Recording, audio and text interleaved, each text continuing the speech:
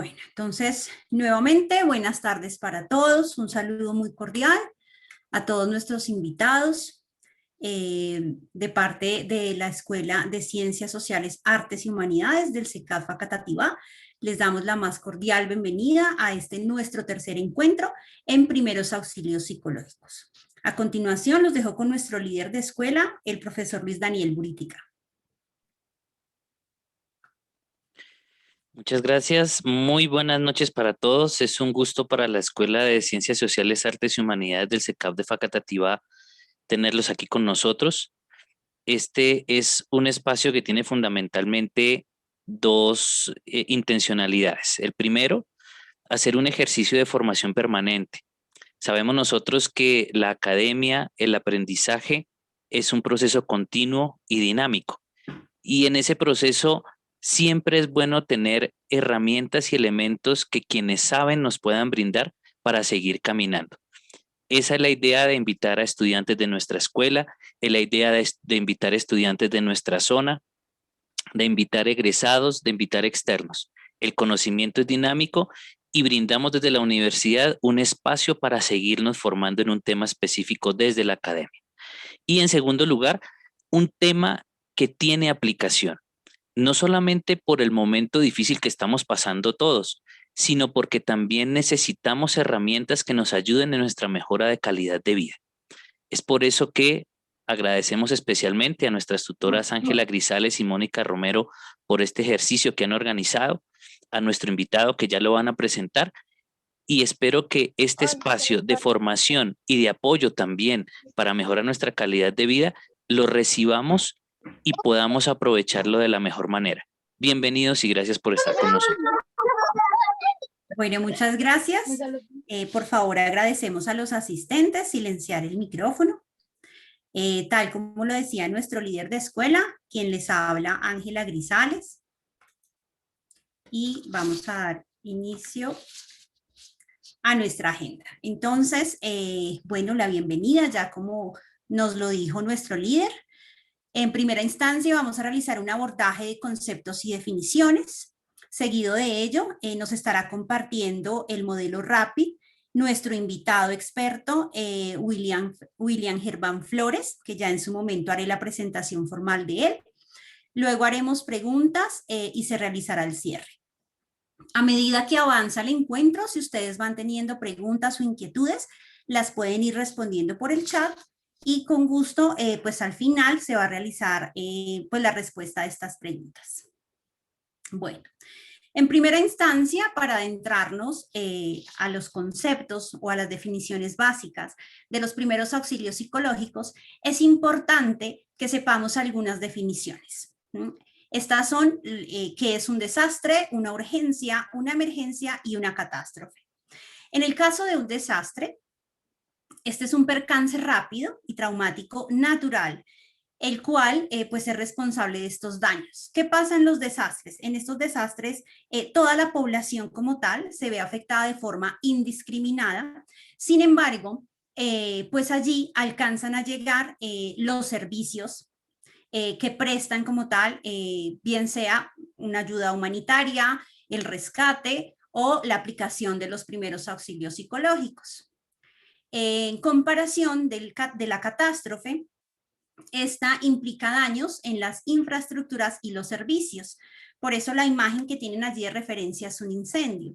La diferencia que hay entre una catástrofe y un desastre es que si bien por lo general ambos ocurren por fenómenos naturales, la catástrofe impide que los servicios de rescate o de ayuda puedan ingresar a la zona o al área afectada.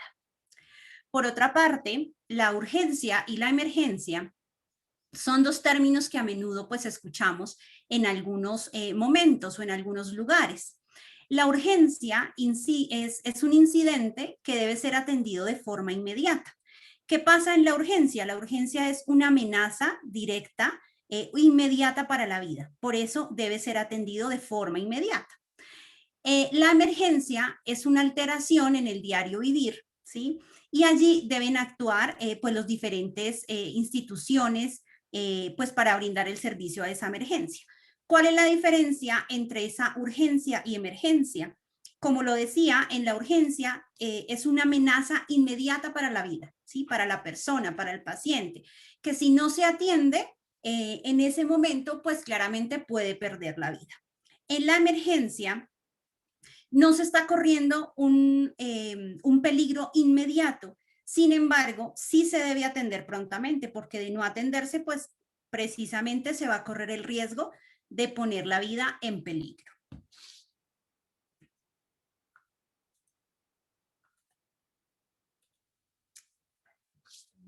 Acá. Listo. Cuando nosotros hablamos de estos conceptos de desastre, emergencia, urgencia, catástrofe, pues estos eventos mencionados anteriormente tienen algunos aspectos en común, unas comunalidades. Por ejemplo, son situaciones inesperadas, ¿verdad? Nadie se espera que haya un desastre, una catástrofe ni nada de esto. Implican una pérdida y desbordan a la persona. Implican una pérdida pues inicialmente de esa homeostasis, de ese equilibrio en el cual la persona está acostumbrado a vivir habitualmente. Sea cual sea las circunstancias, la persona se adapta, las controla y es un ambiente que lo puede manejar. Implica también algunas veces pérdidas materiales, la casa, el carro, el trabajo, las tierras.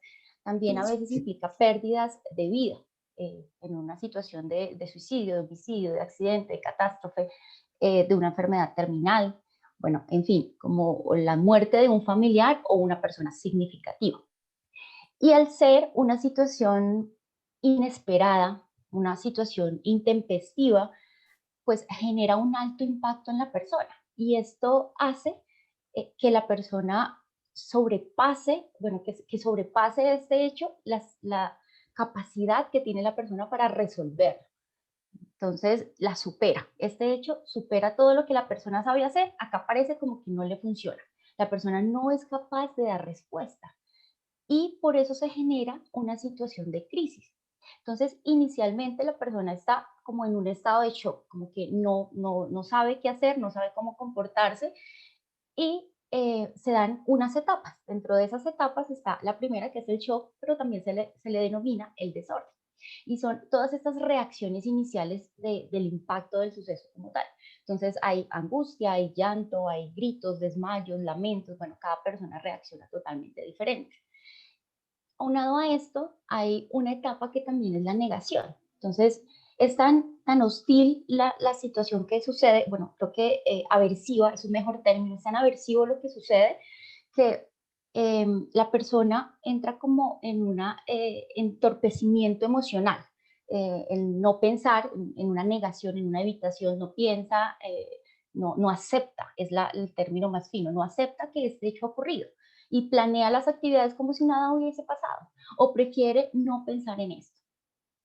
La segunda etapa, que es la intrusión, allí ya empiezan a abundar todas estas ideas de que realmente sí pasó, afloran todos estos sentimientos en relación al suceso, algunas veces se da pesadillas, todos estos flashbacks frente a la situación que sucedió, toda esta rumiación constante, la persona empieza a hacerse muchas preguntas que generalmente no encuentra la respuesta, ¿cierto? ¿Por qué me pasó a mí?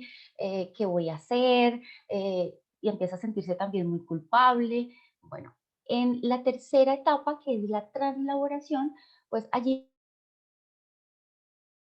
la persona a divulgar sus pensamientos, sus sentimientos frente a esta situación que ocurrió, frente a esta crisis. Algunos individuos a veces hacen la traslaboración de la crisis de manera natural y otros, por el contrario, pues necesitan algún tipo de ayuda extra para poder traslaborarla. Y en la etapa final está la terminación de la crisis. Entonces, en esta etapa, esta experiencia de crisis, ocurre una integración. Entonces, la persona lo integra a la vida, es decir, restaura su equilibrio. Desde una visión un poco de tercera generación, diríamos como acepto que mi esposo se murió, acepto que mi mamá se murió, es un hecho que me duele mucho, es un hecho que me genera tristeza, que me genera ira, que me genera culpa, pero yo voy a encaminar mis acciones a mis metas, pero yo puedo ir haciendo las acciones valiosas y lo que realmente es importante para mí, ¿sí? Estas etapas tienen, digamos que un tiempo. Entonces, por ejemplo, vemos allí en la gráfica que la etapa inicial de desorden y negación tiene 72 horas, la etapa de intrusión tiene un mes y entre la etapa de traslaboración y terminación tiene un año.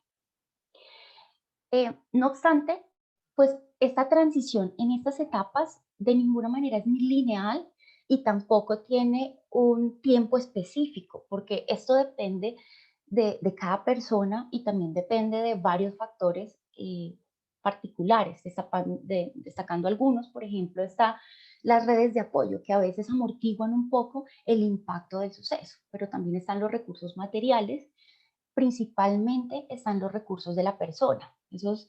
Esos recursos en términos desde una visión un poco más cognitiva, sería como la interpretación que yo hago de lo que yo tengo para poder afrontar. Entonces yo sí puedo hacer esto o yo realmente puedo salir de esto. Cuando se presenta una crisis, esta interpretación de mis recursos disminuye. Se presenta como esa minimización en donde la persona dice, no, es que yo no voy a poder con esto, yo no voy a ser capaz.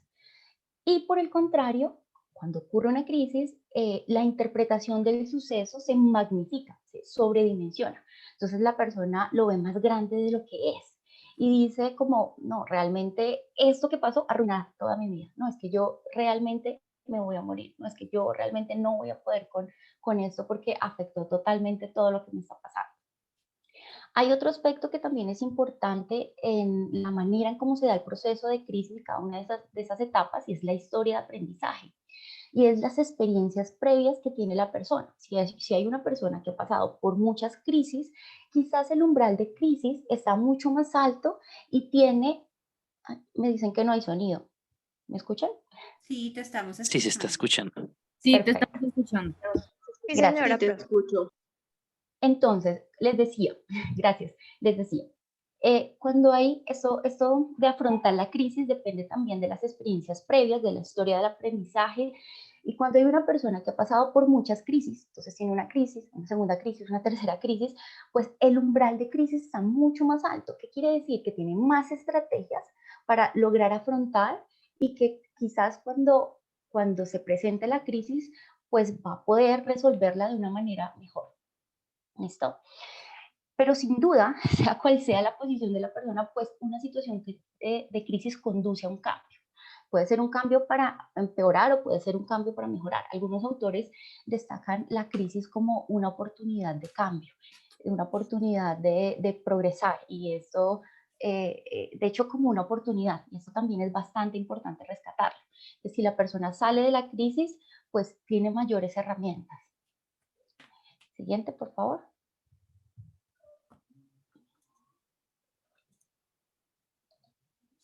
Las crisis pueden ser cotidianas, que afectan a un número reducido de personas, por ejemplo, una enfermedad terminal, un accidente, y pueden ser también crisis masivas, donde se afectan las infraestructuras, pero también un número más amplio de personas. Entonces puede ser un temblor, un tsunami. Bueno, por ejemplo, ahí está la imagen de lo que ocurrió en San Andrés, ¿cierto? La misma pandemia que ahorita vivimos es una crisis más grande, masiva a nivel mundial.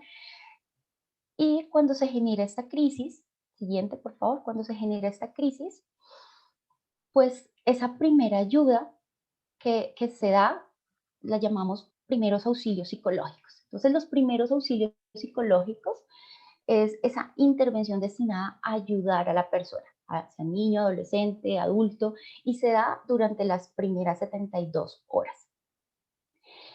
Estos primeros auxilios psicológicos pues tienen algunos componentes, y es el contacto inicialmente con la persona, dimensionar o ayudar a que la persona dimensione el problema realmente como es y no lo magnifique y tampoco tenga esa visión de túnel, ayudar a la persona a que encuentre unas posibles soluciones, porque es que la persona no logra resolver problemas en ese momento, la persona no sabe cómo hacer.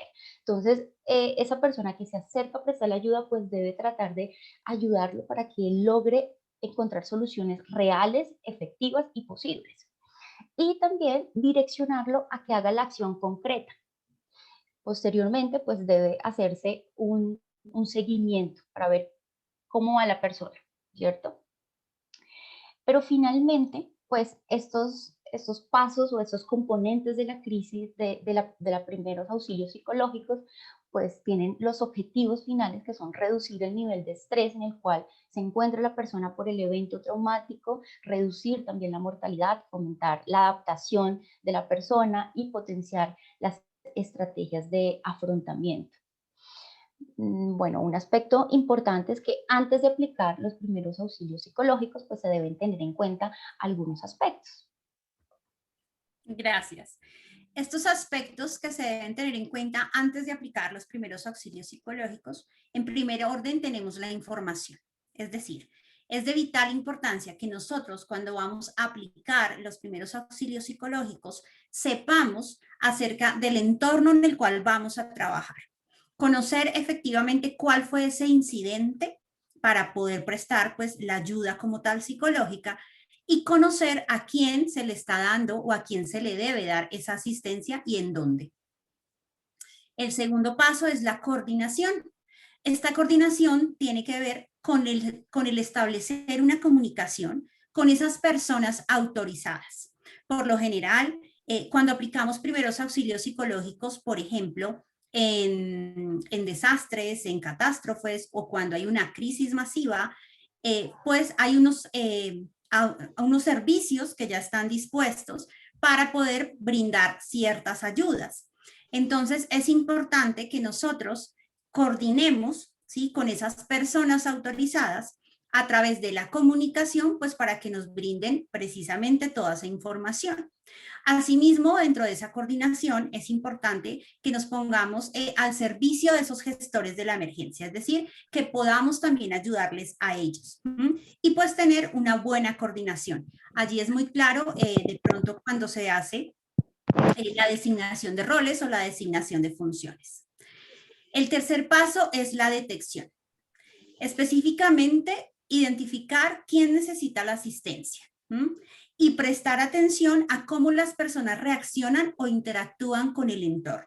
Cuando nosotros nos ofrecemos, por ejemplo, como voluntarios para pues, llevar a cabo la aplicación de los primeros auxilios psicológicos, cuando se han presentado de pronto catástrofes o desastres, por lo general desastres, pues siempre debemos estar informados, coordinados con los gestores de la emergencia y también en ese momento de la detección. Nuestra observación es un punto muy importante para poder detectar pues el entorno, ¿sí? Podemos observar cómo reaccionan las personas y cómo están interactuando con el entorno.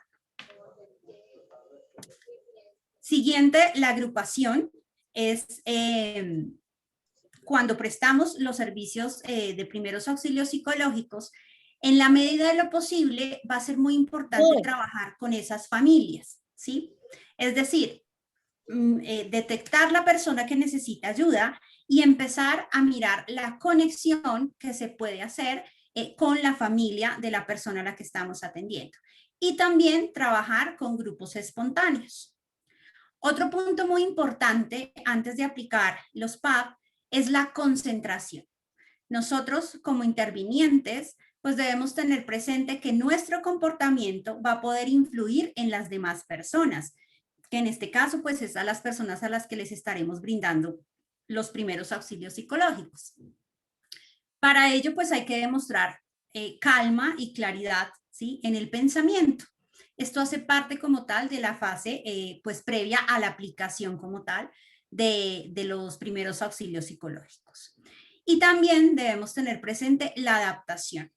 Adaptación a culturas, a la diversidad y a las necesidades de la población que está en riesgo. Bueno, doy paso a nuestro invitado experto, quien nos va a presentar el modelo RAPID. Él es William Fernando Flores Moreno. Es psicólogo, especialista en evaluación clínica y tratamiento de trastornos emocionales y afectivos. También es magíster en psicología clínica y tiene amplia experiencia en el campo de la intervención y en la docencia universitaria.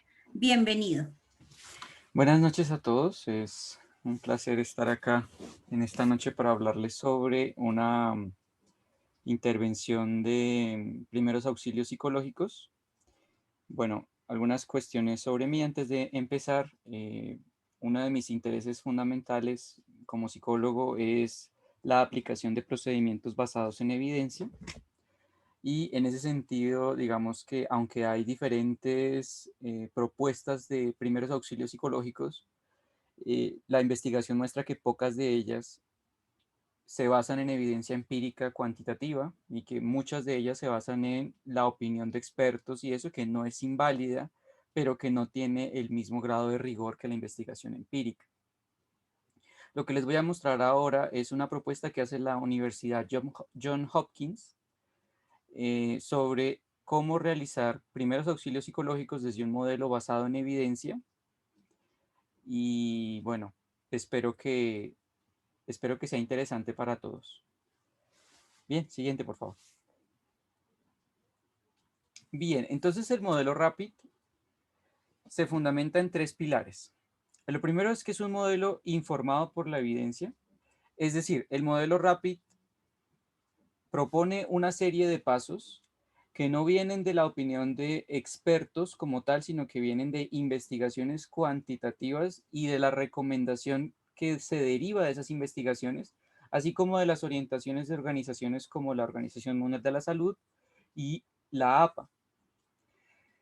Está basado en evidencia. Eso quiere decir que además de la orientación que dan las investigaciones empíricas cuantitativas, también los principios y procesos que han demostrado ser efectivos se incluyen en el RAPID de una manera que pueda ser fácilmente aplicable tanto por personal psicológico o psicosocial, incluyendo no solo psicólogos, sino trabajadores sociales y otros profesionales relacionados como enfermeras en el cuidado de la salud mental, sino también por personal en general, personal que por alguna razón quiera contribuir con primeros auxilios psicológicos o se vea obligado a ello en un contexto de crisis o emergencia, como lo habían mencionado las ponentes anteriores.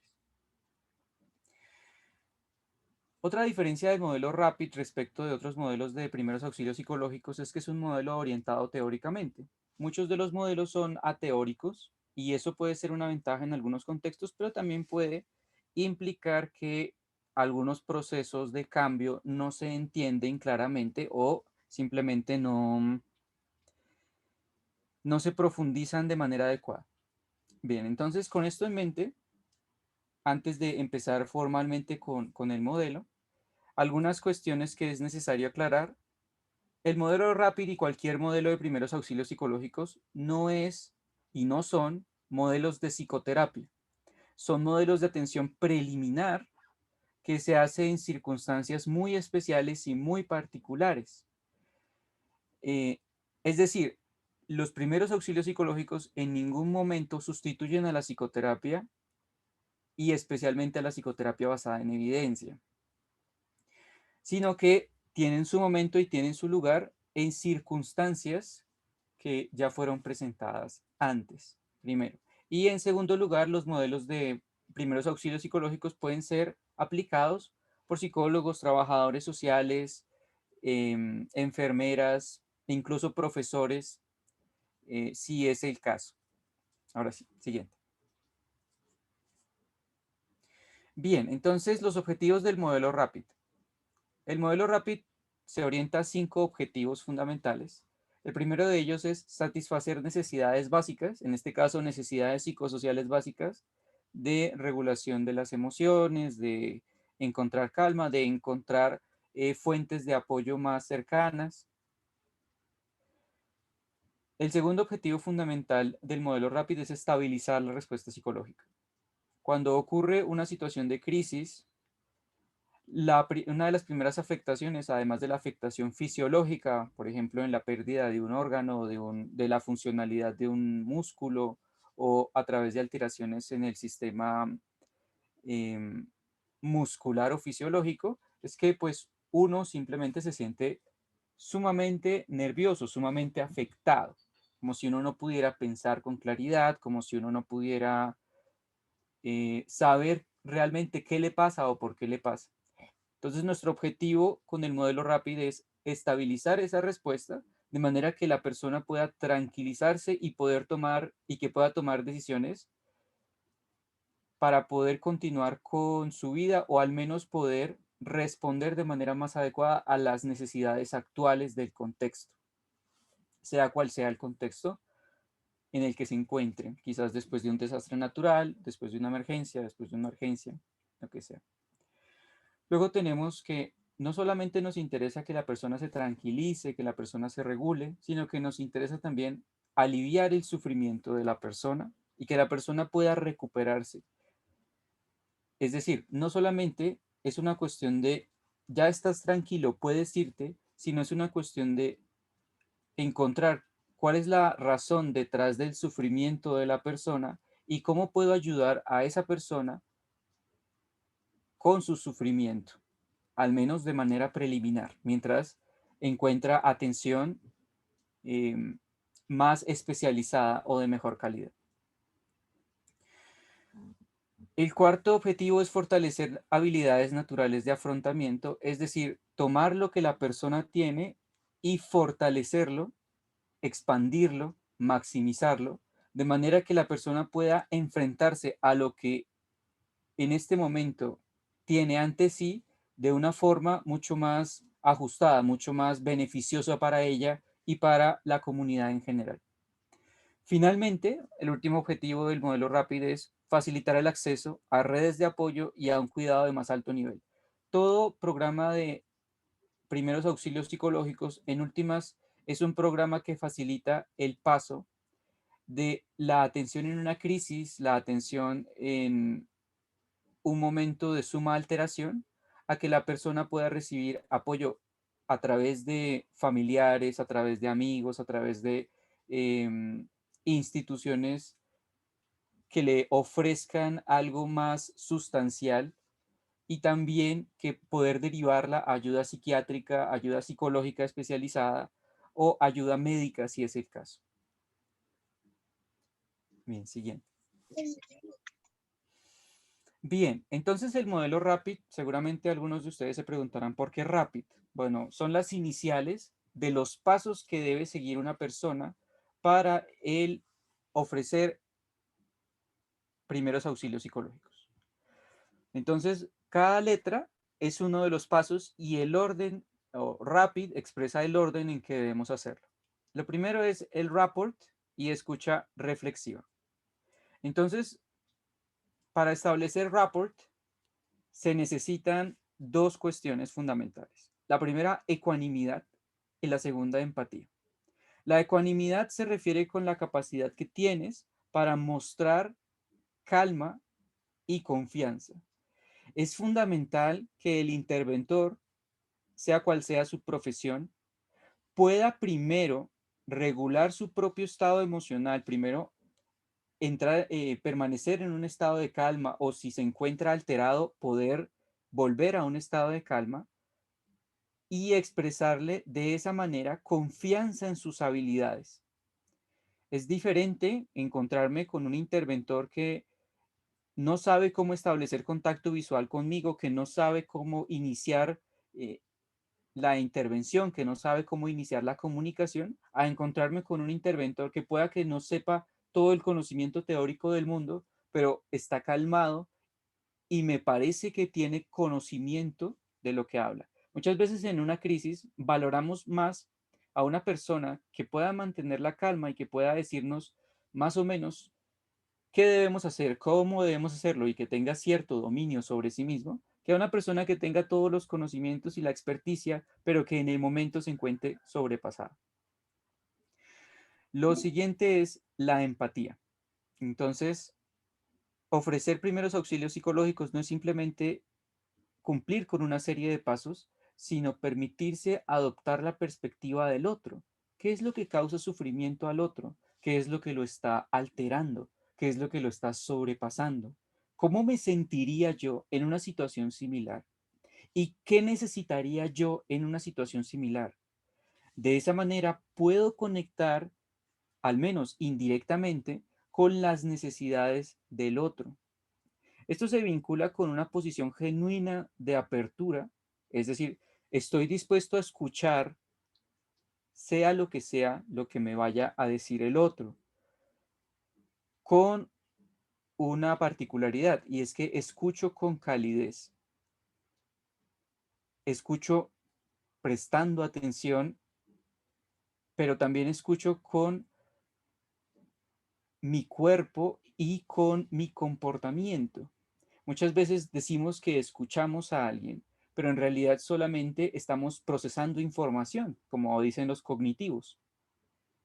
Solamente son palabras que escuchamos, pero que a la hora del té no nos interesan. La cuestión aquí es que la persona, a través de nuestro propio comportamiento, se dé cuenta de que lo que dice es importante y lo que dice es legítimo, humano y normal. Esa es la parte de la validación.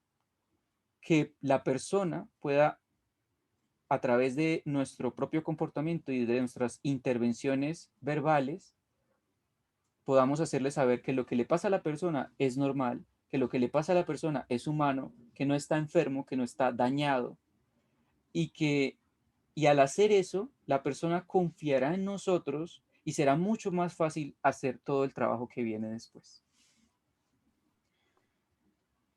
Siguiente, por favor.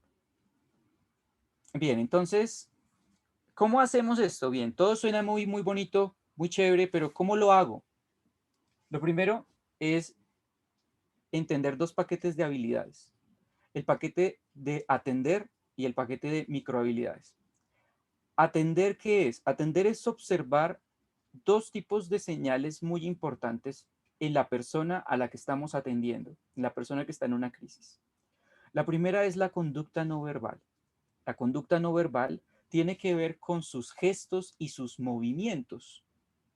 Es diferente, una persona tiene la mirada, te mantiene la mirada de esta manera, así como forzando el contacto visual contigo, a una persona que está orientando su mirada hacia el piso o a una persona que está orientando su mirada hacia el techo.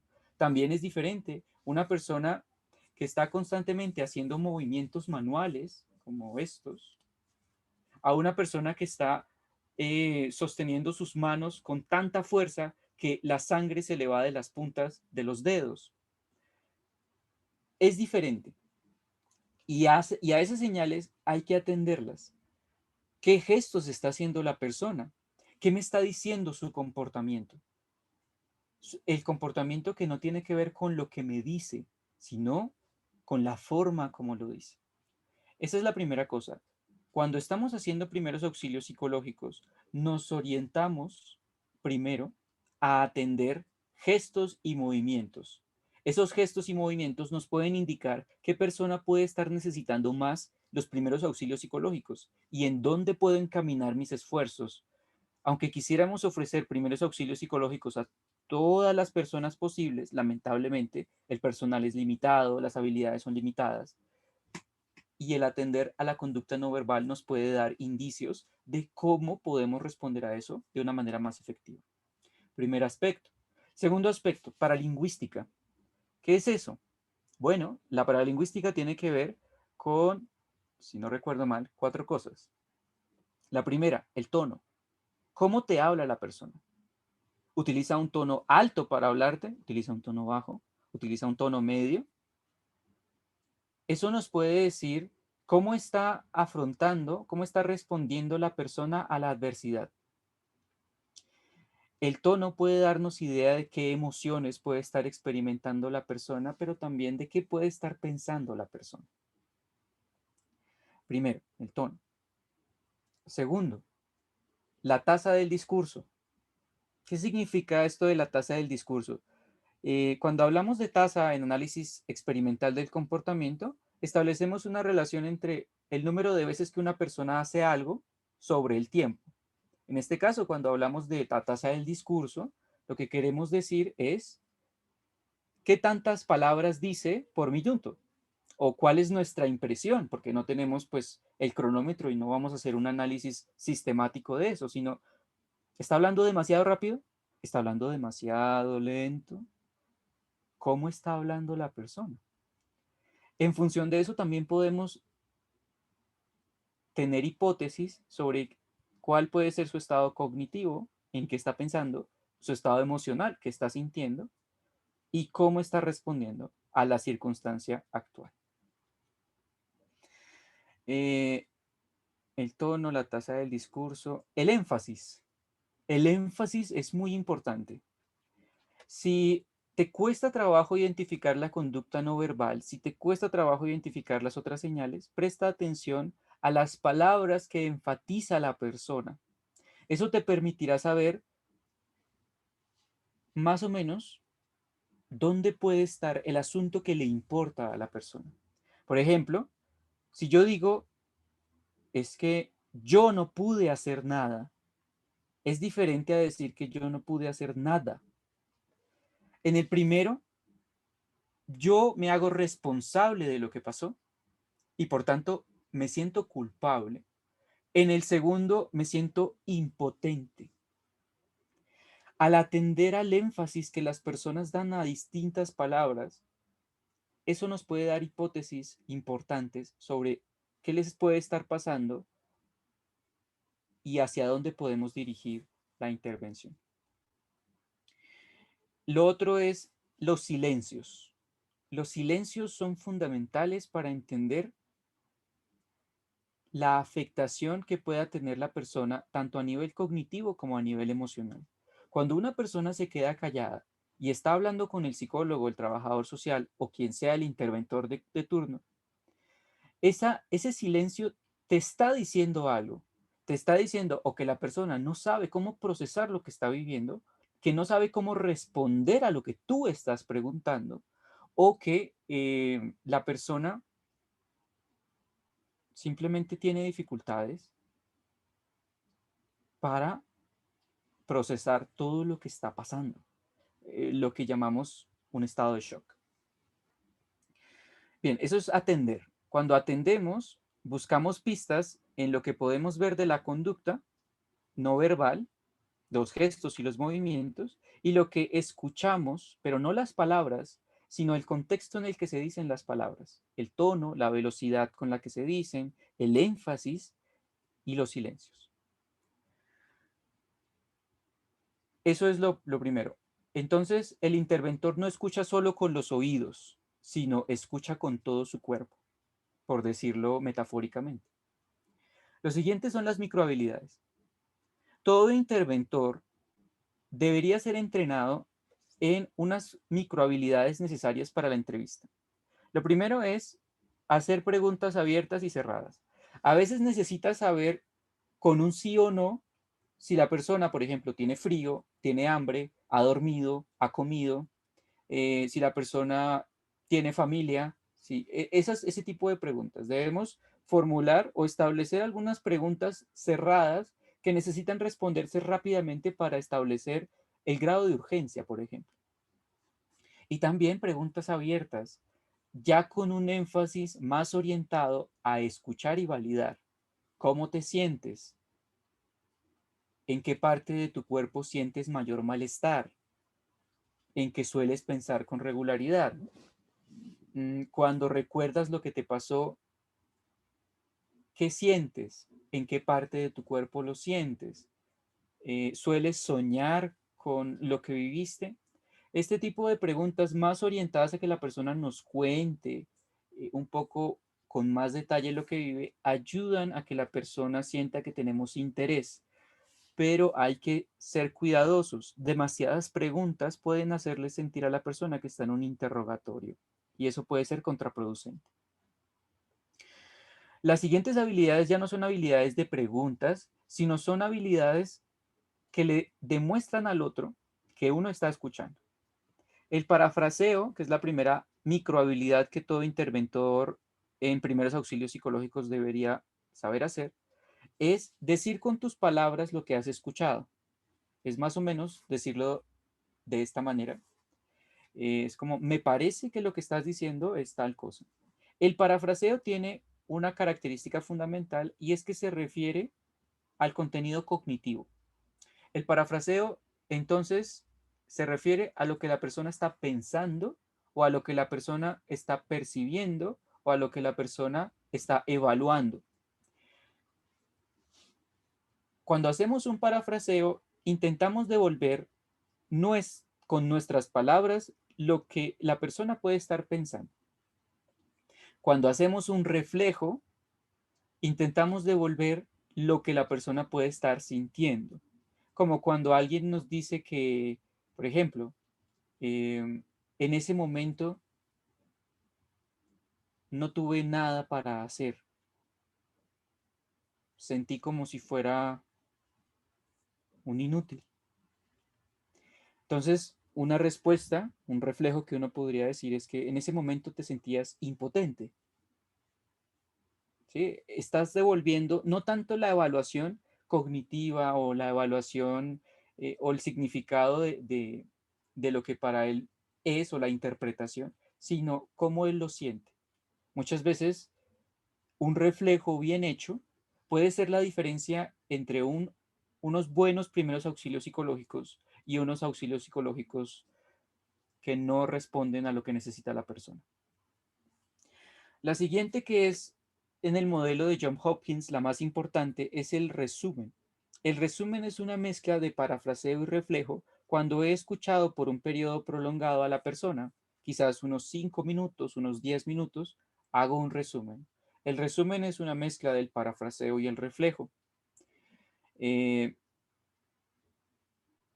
es muy útil para dar a entender a la persona que lo estamos escuchando y que nos interesa su punto de vista. A veces necesitamos preguntarle a la persona qué significa lo que nos está diciendo. Un ejemplo en la vida cotidiana es, a veces nuestros padres nos dicen como que necesito el cociánfiro. Y nosotros partimos de una suposición, creemos saber qué es el cociánfiro, cuando no lo sabemos. Lo que debería hacer una persona, por ejemplo, cuando alguien le dice me siento mal, es indagar qué es mal. Esto puede sonar obvio, pero muchos psicólogos de las grandes ligas inclusive a veces fallan porque suponen que el otro está hablando en el mismo marco de referencia que uno. Que mal puede ser, por ejemplo, que se siente enfermo. Y al no preguntar, eso puede reducir la eficacia de la información que recabemos. Finalmente, dar directivas de acción. Las directivas de acción son una especie de sugerencias. Por ejemplo, tú me cuentas que has tenido dificultades para dormir y que sueles tener pesadillas relacionadas con el atraco que sufriste. ¿Qué has intentado hacer para lidiar, para sentirte más tranquilo respecto de eso? Esa es una directiva de acción. Orientas a la persona a que se dé cuenta más o menos qué está haciendo o por qué. Listo. Y eso es con respecto al rapport. Siguiente, por favor. Bueno, acá tenemos algunas preguntas que de pronto podemos ir contestando. Sí, claro. Angélica Rincón pregunta, ¿en un ataque de pánico o de ansiedad es un momento adecuado para poner en práctica los primeros auxilios psicológicos? Sí, pero para ello necesito exponer otro de los pasos del RAPID. Pero sí, digamos que una sugerencia que uno puede hacer en un ataque de pánico es que lo primero es regular la conducta. Si la persona está en un momento en el que hablar no es viable o pensar no es viable, lo primero que debes atender es la experiencia fisiológica. Es decir, que la persona logre regularse lo suficiente para poder entender lo que le estás diciendo. Entonces, sí es útil para esos momentos, pero entonces debes alterar un poco el orden.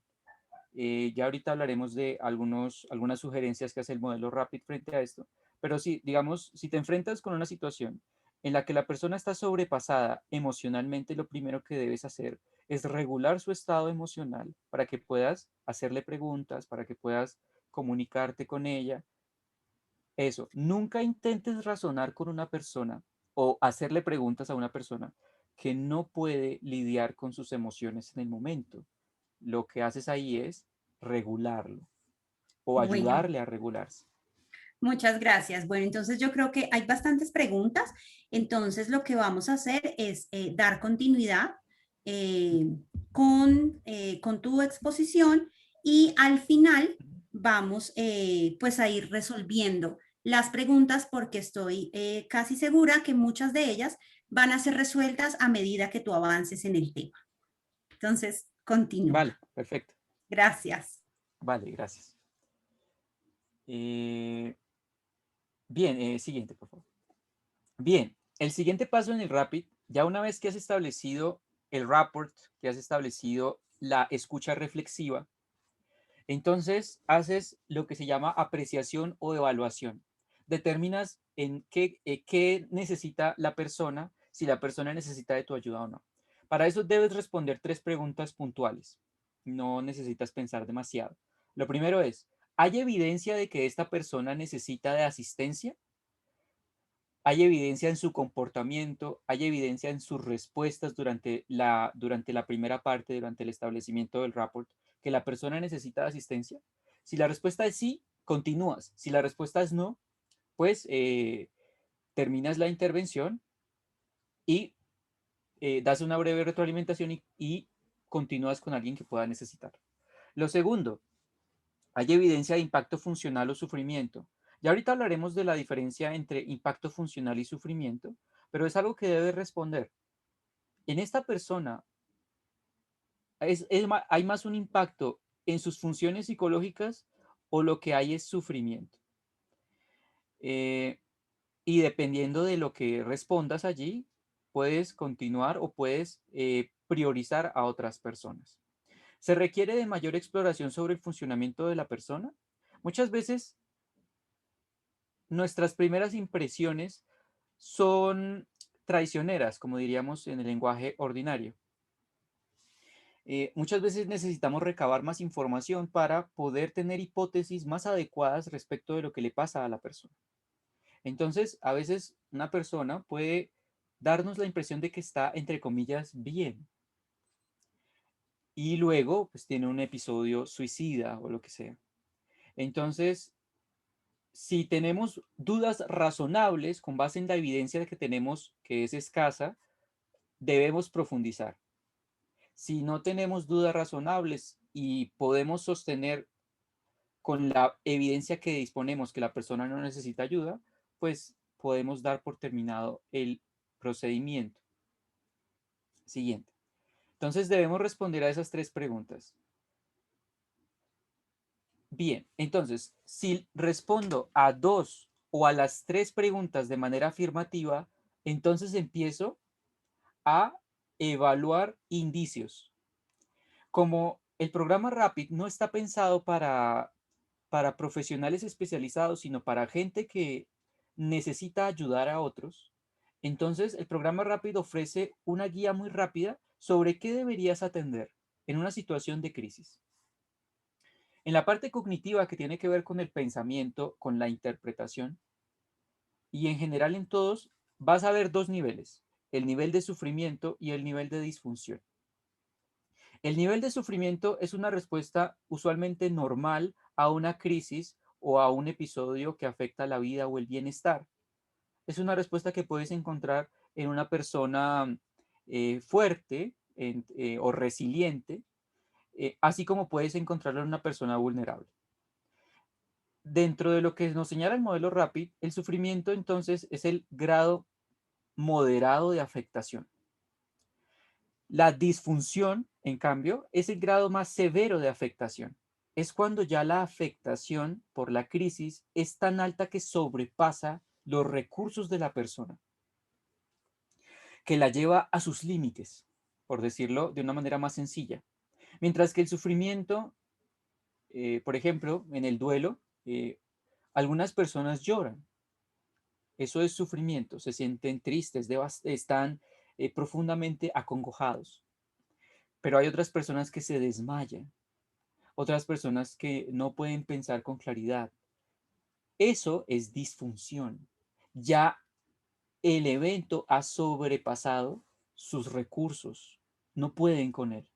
Entonces, esa es como una diferencia que ustedes es bueno que tengan claro cuando apliquen esto en la vida real.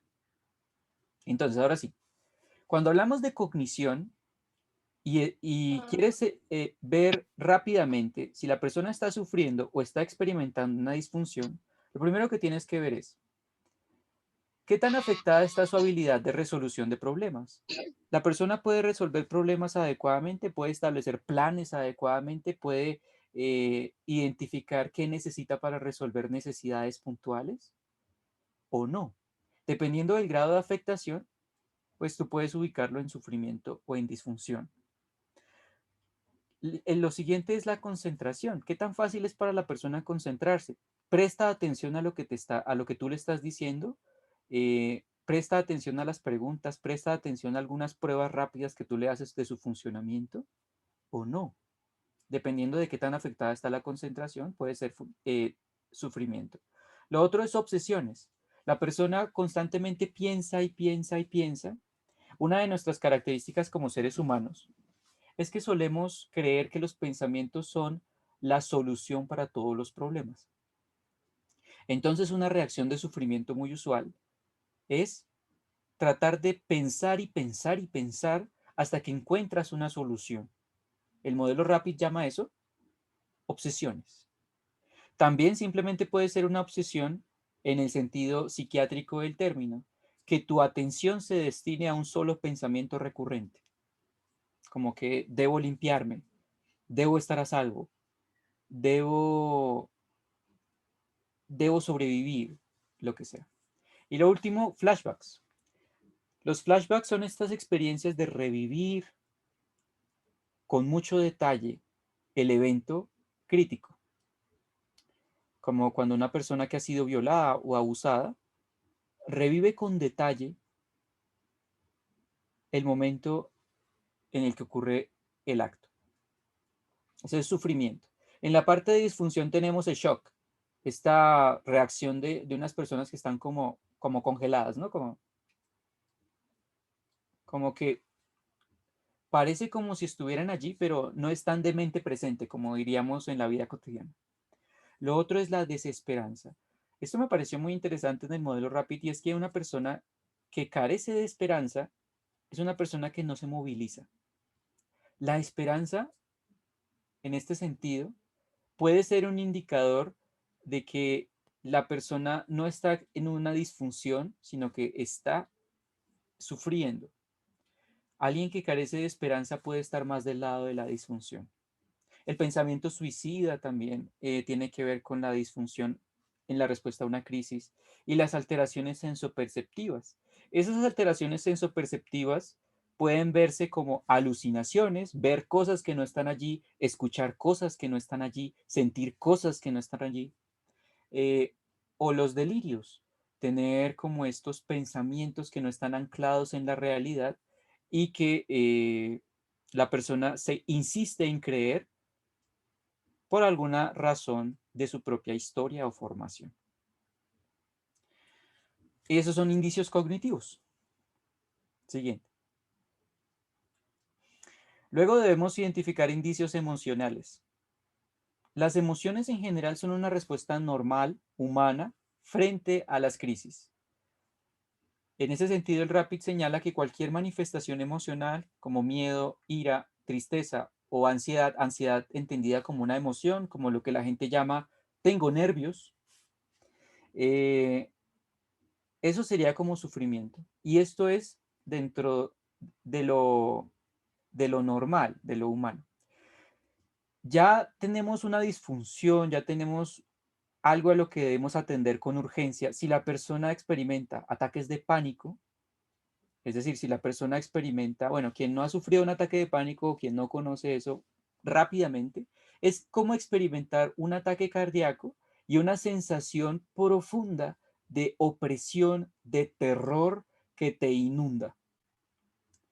Te cuesta trabajo respirar, te cuesta trabajo pensar con claridad, sientes que tu cuerpo te está diciendo que te vas a morir.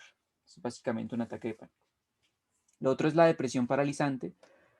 La depresión paralizante es en el sentido de que nos propone el RAPID, es simplemente que la persona está tan deprimida que no hace nada.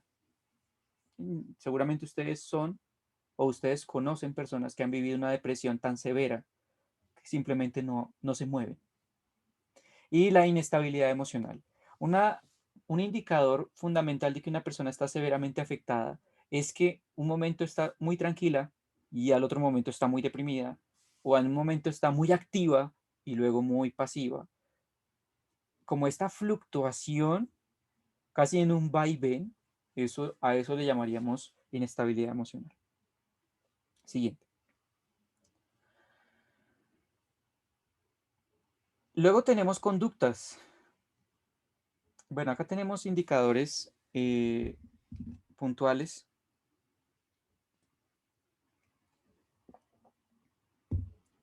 Cuando la persona sufre, muestra conductas de evitación. Es decir, la persona tiende a escapar o a rehuir o a ser renuente de experimentar ciertas sensaciones, de volver a ciertos lugares, y es una reacción completamente normal, una reacción de supervivencia, es una reacción más de nuestro pasado evolutivo.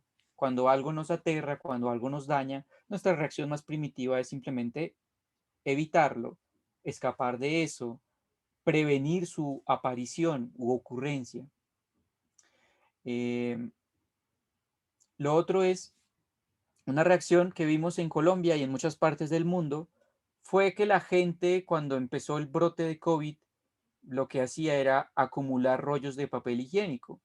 Y la gente se preguntaba ¿por qué? ¿Por qué papel higiénico? ¿Por qué no antibacterial? ¿Por qué no huevos o leche? ¿Por qué no? ¿Por qué papel higiénico?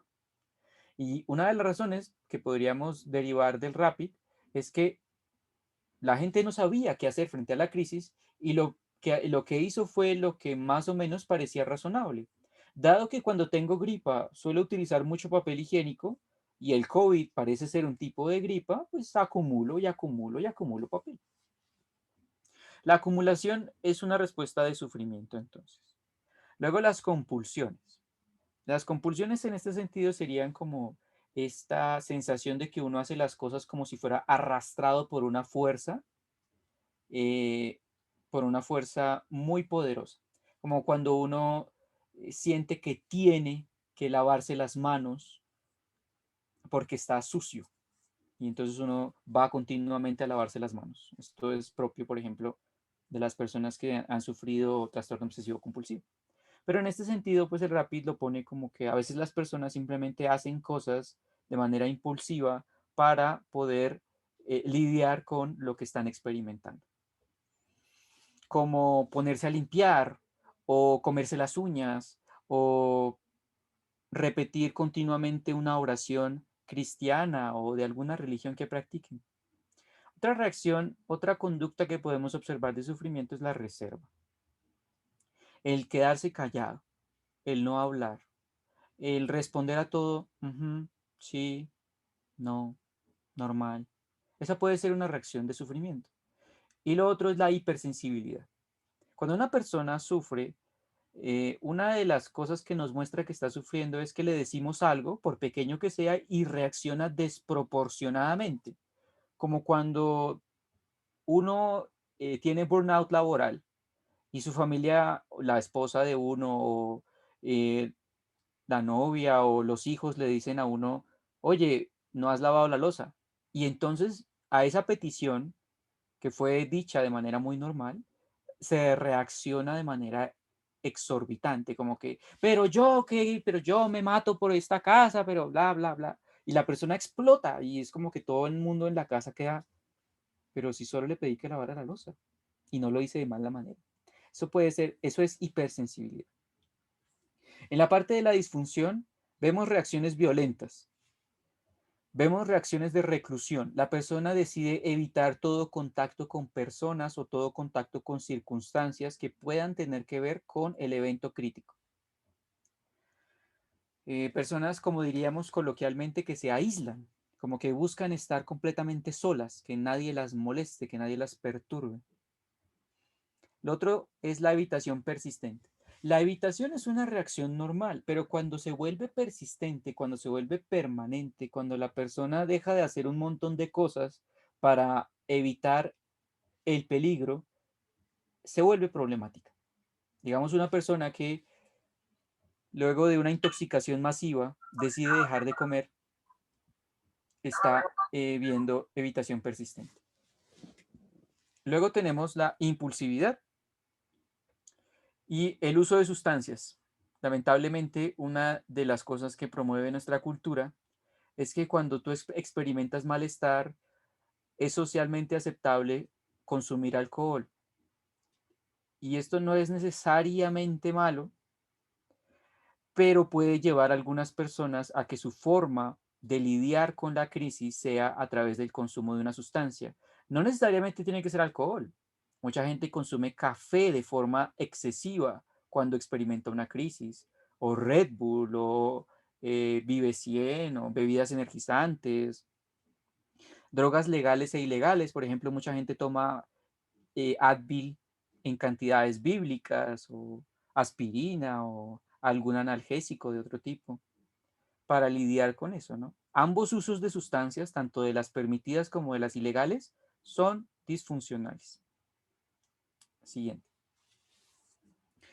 Tenemos indicios espirituales. El RAPID es muy curioso porque muestra que la evidencia empírica sugiere que otra de las cuestiones que debemos evaluar es la alteración de las prácticas religiosas o espirituales de la persona. Cuando una persona sufre, lo primero que hace es cuestionar su fe. ¿Por qué Dios permitiría que la gente sufriera de esta manera? Si existiera. ¿Será que existe Dios? ¿Será que eh, estoy haciendo algo que no tiene nada de verdad? Esa es una de los cuestionamientos principales que ocurren cuando la gente sufre en una crisis. Cuestionar su fe. Es una reacción normal.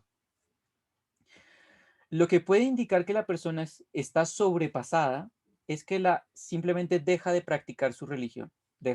Por ejemplo, en nuestro país es muy común, más o menos el 60 o el 70% de la gente aquí es católica. Entonces, o practica alguna forma de cristianismo, alguna rama protestante, alguna rama ortodoxa o lo que sea. Entonces simplemente deja de orar o de rezar, deja de hacer rituales propios de su fe, deja de asistir a reuniones, por ejemplo, a la iglesia, al culto, a hablar de la religión o lo que sea, desaparece. Y lo otro es que la fe que tenía depositada en su religión, en su Dios, en su práctica espiritual, la deposita en otras personas. Una de las razones por las que los líderes de cultos peligrosos capturan gente durante una crisis es que son más propensos a desplazar su fe hacia otras personas en lugar de encaminarla nuevamente hacia su práctica espiritual. Entonces, si vemos que una persona tiende a creer fanáticamente en otra persona, es un indicio de que esta persona se siente sobrepasada. Bien, siguiente. Fisiológicos. Bueno, rápidamente, ¿qué puedes detectar tú que pueda tener que ver con una afectación? En el sufrimiento vemos alteraciones en el apetito y la libido, es decir, en el deseo sexual. La persona deja de comer, pierde ganas de comer y eso. Come de vez en cuando, pero come forzado. Su deseo sexual pues es nulo o muy escaso, cuando antes, por ejemplo, podía ser una persona normal o una persona con una libido elevada. Lo otro es dolores psicosomáticos. Estos dolores de cabeza que surgen cuando has tenido un día difícil, estos dolores de espalda o musculares que surgen cuando has tenido demasiado estrés en el trabajo, también los experimentan las personas que atraviesan una crisis. Un dolor de cabeza que no se va con analgésicos, dolores musculares que no se van con analgésicos y que parecen persistir. Quizás su causa sea psicológica y no simplemente fisiológica. Y lo otro es la inmunosupresión. Un fenómeno muy interesante que ocurre en una crisis es que las personas se vuelven más tendientes a enfermarse. Se enferman con más frecuencia y más gravemente. Estas personas que constantemente tienen gripas y parece que no salen de la gripa en todo el año, son personas inmunosuprimidas. La investigación empírica señala que la depresión, por ejemplo, está relacionada con la inmunosupresión. Una persona deprimida será más tendiente a enfermarse que una persona que no lo está. Luego tenemos en la disfunción, primero, alteraciones cardíacas o gastrointestinales, por ejemplo, surgimiento de hemorroides, problemas en el colon, que antes no estaban, colon irritable, dificultad para defecar o estreñimiento o diarrea. Eso también puede indicar que hay una alteración o alteraciones cardíacas. Sangre oculta. El interventor, el psicólogo, el trabajador social, el voluntario, se da cuenta que la persona tiene sangre que no le había mostrado a nadie. Eso es un indicio de que puede haber que la persona puede estar sobrepasada y que de hecho la persona puede tener una herida considerable. Parálisis. Las personas a veces pierden movilidad en partes de su cuerpo. Esto es un fenómeno muy conocido. Pierden movilidad en partes de su cuerpo que no es atribuible a cambios funcionales en su cerebro, sino que es atribuible a lo que están experimentando. Y dolor en pecho, mareo o vértigo. Y esos son los indicios que el RAPID nos dice, esto es lo que debes tener en cuenta, esto es lo que deberías evaluar rápidamente para identificar si una persona puede estar necesitando tu ayuda o no. Siguiente. En función de todos estos indicios, el RAPID nos propone el siguiente paso, la P, la priorización. ¿Cómo priorizas? Se me fue una depresión con doble S. Bueno, ¿cómo priorizas? Bueno, ¿qué predictores, qué factores te dicen que una persona puede estar experimentando o puede ser más tendiente a experimentar disfunción y no solo sufrimiento? Lo primero, la severidad. ¿Qué es la severidad de la crisis? La severidad de la crisis se calcula rápidamente evaluando la intensidad multiplicada por el tiempo de exposición. Es decir, por ejemplo, ocurrió un atentado terrorista y tú estuviste 3 horas expuestas al atentado. Eso es menos severo que una persona que solamente fue expuesta a 5 minutos del atentado. Porque además de que el atentado fue intenso, puso tu vida en peligro, estuviste expuesto un tiempo prolongado. Por eso, mientras más expuesto estés a una situación crítica, hay más probabilidad de que los síntomas o de que tu afectación sea severa. Lo siguiente es autocrítica o culpa percibida. La persona se siente culpable por lo que ha pasado, a pesar de que no tenga ninguna responsabilidad. Muchos sobrevivientes de desastres naturales dicen, yo pude haberlo prevenido, yo pude haber salvado a mi familia, yo pude haber defendido a los que quería, ¿por qué no lo hice? A pesar de que objetivamente hablando eso fuera imposible. La persona simplemente experimenta que fue su culpa que su familia muriera, que fue su culpa que ellos se enfermaran, que fue su culpa que él no pudo salvarlos. Y eso tiene relación con que en nuestra cultura, por ejemplo, está muy bien visto que una persona se culpabilice y se dé látigo cuando ha hecho algo indebido. Nuestros padres, nuestro contexto sociocultural nos forma para que si hacemos algo, nos juzguemos duramente. Tú eres un estúpido, tú eres un tonto, tú eres un bueno para nada, un inútil. Entonces, eso en una crisis hace que sea más probable que te afecte severamente. Lo otro es que haya episodios de depresión o disociación peritraumática. Es decir, alrededor del episodio traumático, que la persona experimentara depresión, una depresión muy significativa, o que la persona experimentara un episodio disociativo. En palabras muy sencillas, un episodio disociativo es cuando la persona parece estar desconectada de una parte de su experiencia. Como si, por ejemplo, si él viera algo y en lugar de sentir, solo estuviera allí viéndolo, no siente nada. O si solo pudiera sentir, pero no pensar. Eso es rápidamente disociación. Luego, amenaza percibida a la vida o al bienestar. Ese me parece que es obvio.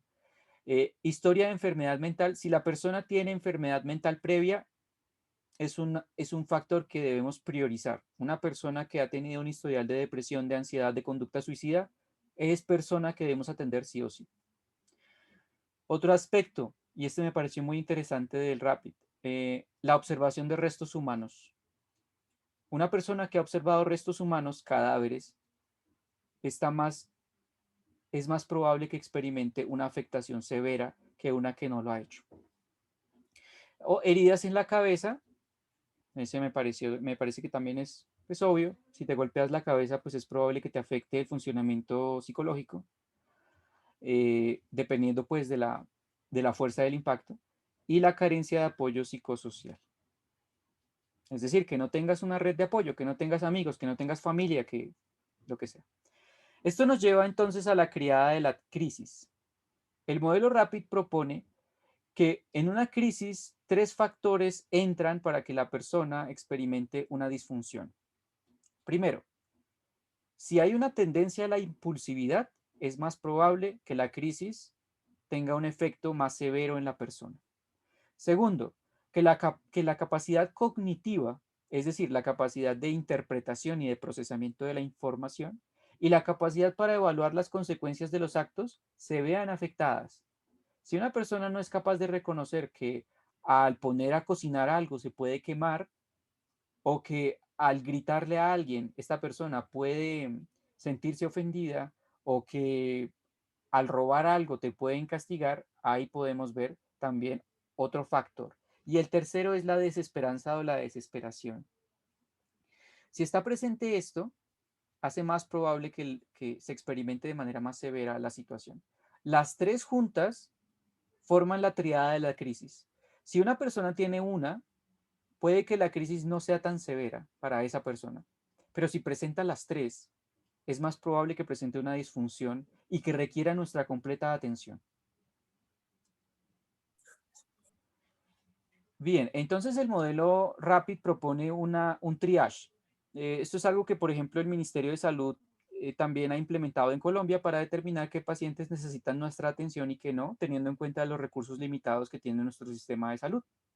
El modelo RAPID también propone eso, teniendo en cuenta que el personal de apoyo psicosocial normalmente es limitado y normalmente carece del entrenamiento necesario para hacer intervenciones sofisticadas. Entonces, 3 simples niveles. A, importante y urgente. B, importante pero no urgente o viceversa. Y C, ni importante ni urgente. La idea es que tú clasifiques a las personas que vas entrevistando en estos 3 niveles. Importante y urgente. Sufrimiento físico o psicológico con presencia de afectación severa o disfuncionalidad en una o más áreas. Ahí dices, este es importante y urgente. Este requiere toda mi atención. En B, importante pero no urgente o viceversa, la persona experimenta sufrimiento leve a moderado. Alguno de los indicadores cognitivos, emocionales, conductuales, fisiológicos o espirituales está presente, pero no todos, y está presente de manera leve o moderada. Ninguna afectación o las disfuncionalidades son pocas. Puede que la persona esté en shock, pero no presenta las otras disfuncionalidades. Las personas en B son usualmente resilientes, usualmente sobreviven a la adversidad. Usualmente la mayoría de las personas son B. Son importantes atenderlas, pero no son urgentes, no requieren nuestra atención inmediata. Los A sí. Los A pueden, por ejemplo, ser personas que pueden suicidarse, personas que pueden cometer algún acto que vaya en contra de su bienestar o el bienestar de otros, personas que pueden sufrir a largo plazo consecuencias severas si no se les atiende ahora. Y la C, importante y urgente, son personas que tienen resistencia a la adversidad. Personas que en la adversidad, en las crisis, conservan su funcionalidad completa. No vemos cambios en su cognición, cambios en su emoción, cambios en su conducta, en su espiritualidad que sean relevantes. Son cambios sutiles. Claro, toda persona, cuando cambian las circunstancias, pues cambia su conducta. Sin embargo, pues estas personas permanecen relativamente estables allí. Digamos que, por ejemplo, un psicólogo debería ser ubicado en C, en un mundo ideal, aunque sabemos que los psicólogos también somos humanos y que tenemos ciertas vulnerabilidades, igual cualquier personal psicosocial. Bien, esa sería la priorización. Luego tenemos ya la intervención. ¿Cómo hacemos la intervención? Quiero saber ya, dime cómo lo hago, ya me dijiste cómo lo evalúo, cómo priorizo, dime cómo lo hago. Bien, entonces, ¿cómo lo hacemos? Lo primero es, primer paso, orientación informativa. Debes decirle al paciente o a la persona, bueno, este no es un paciente, debes decirle a la persona que ha sufrido el evento crítico, primero, ¿qué ocurrió? ¿Cómo ocurrió? ¿Y por qué lo está afectando? Segundo, ofrecerle información sobre reacciones usuales e inusuales. Es usual que durante un evento, por ejemplo, una explosión, la persona experimente vértigo, experimente desorientación, le cueste trabajo concentrarse. Entonces tú le explicas eso a la persona. Esto es lo que te puede pasar y esto es lo que es inusual que te pase. En algunas circunstancias es inusual que una persona contemple el suicidio, en otras puede ser usual, dependiendo de la persona. Es fundamental. Alguno podría decir, pero ¿qué tal si yo le informo y eso hace más probable que la persona experimente lo que le estoy diciendo? Es un riesgo que debemos correr, porque si no lo hacemos, la persona se va a enfrentar a eso que le va a pasar sin saber por qué. Y eso es un riesgo que no podemos correr. Debemos informarla. Lo siguiente, el segundo paso, debemos darle información anticipativa. Debemos decirle, mira, es posible que en los siguientes días tú experimentes cansancio, experimentes depresión, que sientas que no tienes ganas de comer, que sientas que no tienes ganas de dormir, que sientas que no puedes tranquilizarte. Eso es normal. Que sientas que tu corazón se te va a salir del pecho, que sientes que tienes mareo. Eso es normal. Es lo que esperamos que te pase. Puede pasarte o puede que no, pero es importante que tú lo sepas. Eso es orientación anticipativa. ¿Qué podría pasar? Aquí es importante pues que el interventor tenga cierto conocimiento de ciertas reacciones frente a una crisis. Luego debemos darle información sobre hábitos preventivos. ¿Qué alimentos priorizar en caso tal de que, por ejemplo, sea un desastre natural y altere la red de suministro de recursos alimenticios? ¿Qué alimentos priorizar y cada cuánto comer? ¿Cuánto sería lo necesario para dormir? Al menos para descansar. La importancia de la actividad física en el manejo de la crisis, al menos que mantenga caminando o que mantenga contribuyendo a, por ejemplo, la reconstrucción en la medida en que le es posible. Y muy importante el contacto social. Estas cuatro, alimentación, sueño, actividad física y contacto social, reducen la probabilidad de que la persona luego desarrolle un trastorno como depresión, como ansiedad, como estrés postraumático y eso. No, no es que la persona no los vaya a sufrir, sino que reducen la probabilidad. No es algo completamente seguro, pero al menos le damos recursos a la persona para que eso no ocurra. Siguiente. Luego tenemos las intervenciones propiamente dichas. Primero, flexibilización cognitiva. Entonces, tú aquí te orientas a que la persona evalúe de una manera un poco más aterrizada, un poco más lógica lo que le puede ocurrir. Pero más importante que lo lógico o lo aterrizado, que pueda cambiar eh, lo que piensa o al menos no depender de lo que piensa. Entonces puedes adoptar una de dos posiciones. Puedes centrarte en que la persona reinterprete lo que está viviendo, no en términos positivos. Por favor, yo sé que muchos de ustedes creen que el pensamiento positivo es lo mejor del mundo, pero no lo es. Y en una situación de crisis, por favor, no le digan a la persona que todo va a estar bien, que todo es parte de un plan. No, no le digan eso. Eso puede eso puede, de hecho, sabotear la intervención, como veremos más adelante. Lo que pueden hacer en su lugar es tratar de que la persona vea lo más realísticamente posible, sin optimismos y sin negativismos, lo que le está pasando.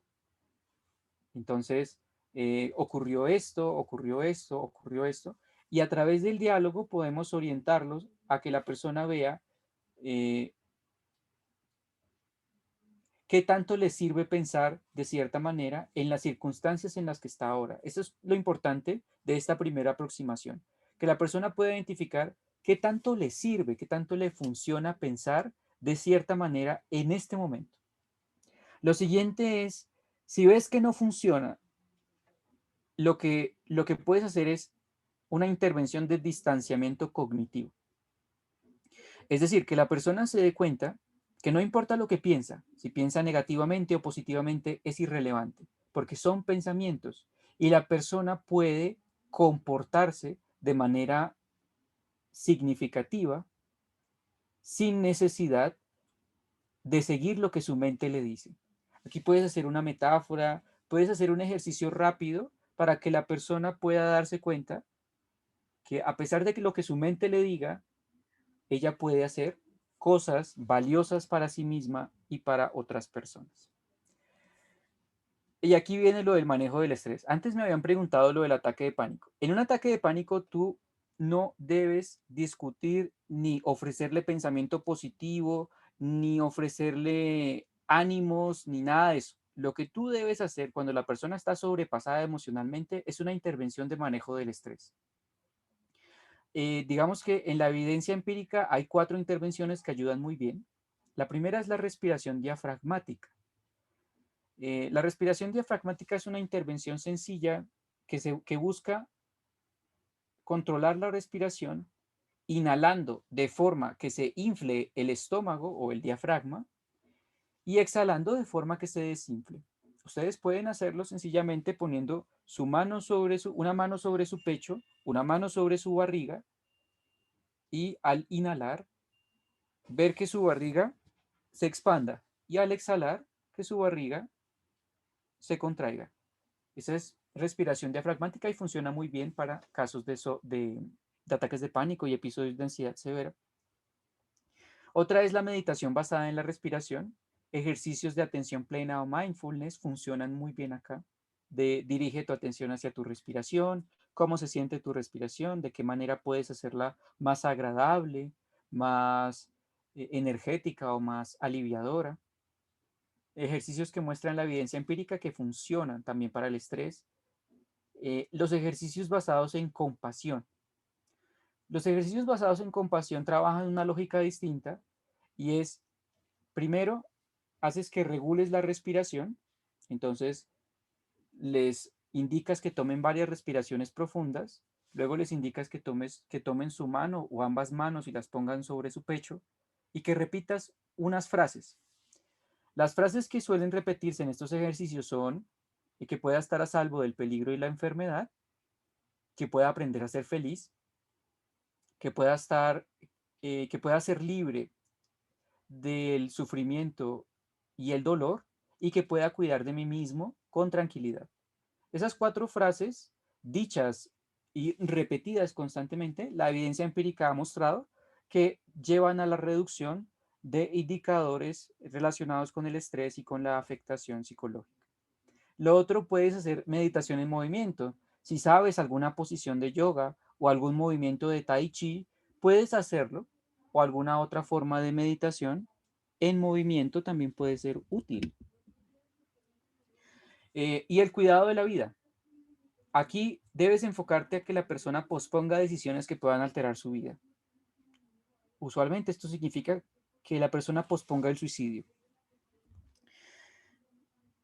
Que lo llevemos a través de una intervención corta, que le llevemos al menos a considerar la idea de que puede posponer el suicidio por ahora y que después podría volver a conversar con uno sobre ello. Eso es muy importante. Queremos que la persona posponga decisiones que alteren la vida de ella o de otros. Lo otro es solicitar apoyo familiar o social y finalmente aquí, cultivar la esperanza. Solamente cuando he hecho todo lo anterior, le puedo decir a la persona que al final del día todo puede pasar y que al final del día no hay sufrimiento que dure para siempre, que el sufrimiento siempre se irá. Solo aquí. Este es el resultado principal. Gracias, Google. Solo aquí le doy esperanza, no antes, porque antes se siente falso. Antes puede ser contraproducente. Siguiente. Entonces, disposición. Aquí entonces debes seguir estos pasos ya en el último paso del RAPID. Primero, ¿cómo van los objetivos del RAPID? ¿Lograste cumplir los objetivos? Cumplir necesidades, regular la conducta o la experiencia psicológica, estabilizarla, todo lo que propone el RAPID, ¿lo lograste hacer? Si no lo lograste hacer, debes volver y ver qué puedes hacer para cumplir los objetivos que te quedan. ¿Qué también seguiste el protocolo? ¿Seguiste la R, la A, la P, la I, la D? ¿O alteraste el orden en alguna manera? ¿Y por qué lo alteraste? Eso tiene que ver con la fidelidad del tratamiento. Mientras más acorde sigas estas instrucciones, será mucho más provechoso. Y realizas el cierre. Siguiente, por favor. Para realizar el cierre,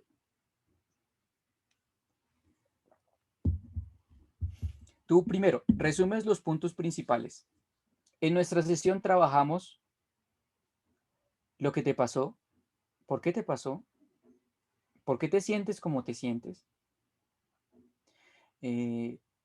Evaluamos algunas estrategias para que manejes tu estrés y eso. ¿Cómo te sientes ahora? ¿Sientes algo diferente? ¿Te ayudó en algo lo que hablamos? Mientras más abierta hagas la pregunta, por ejemplo, si simplemente le preguntas cómo se siente, será mejor. Estableces un plan de acción con pasos específicos. Mira, entonces, una vez que nos separemos, este es el plan que debes llevar a cabo para mantenerte estable. Y una vez que las circunstancias mejoren, puedes acceder a rutas de atención de esta manera. Entonces, estos pasos van de la mano. Estableces un plan sumamente específico, con pasos pequeños que pueda realizar la persona para mantenerse estable, y le das rutas de atención que le permitan acceder a un cuidado más especializado. Luego establecemos un plan de seguimiento. Bueno, en un mes nos vamos a ver tú y yo otra vez, vemos cómo te fue, vemos cómo sigues y vemos qué podemos hacer en caso de que sigas afectado. Y finalmente ofrecemos palabras realistas de apoyo, no optimistas, no pensamiento positivo, sino palabras realistas. El sufrimiento en algún momento va a cesar, solamente que va a tomar tiempo. Si eres paciente, el sufrimiento en algún momento se irá. Esa es una palabra realista de apoyo y es una palabra que sí puede cumplirse. En lugar de si yo le digo todo va a estar bien, tú no sabes que todo va a estar bien y no puedes asegurarlo. Siguiente.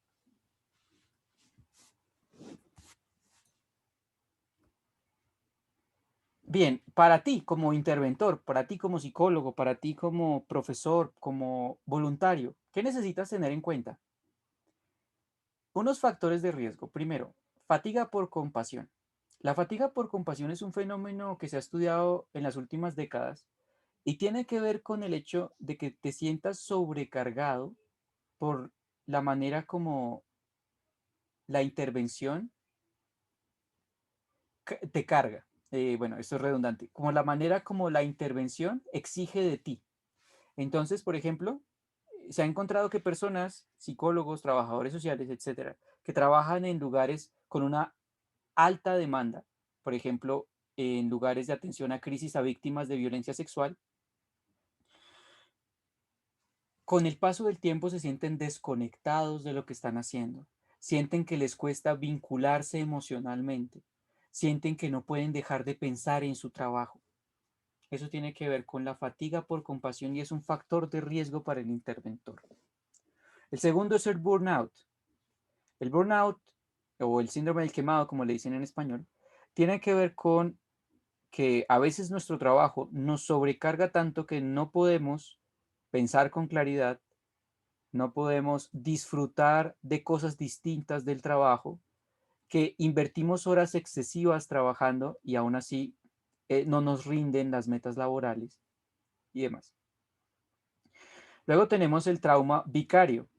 Algunas personas, especialmente en situaciones de riesgo para la vida y el bienestar, experimentan síntomas similares a los de la víctima, por ejemplo, víctima de un atraco o un sobreviviente de una masacre, un sobreviviente de un desastre natural. El psicólogo o el interventor experimenta algo similar a lo que experimenta la víctima. A eso se le llama trauma vicario y es un factor de riesgo que puede tener que ver con que el psicólogo se identifique excesivamente con la víctima, que establezca una relación demasiado estrecha con la víctima. Y bueno, problemas psicológicos no resueltos. Es importante que el psicólogo vaya a terapia o el interventor que vaya a terapia a resolver sus propios asuntos. Eso lo hará más competente. Siguiente.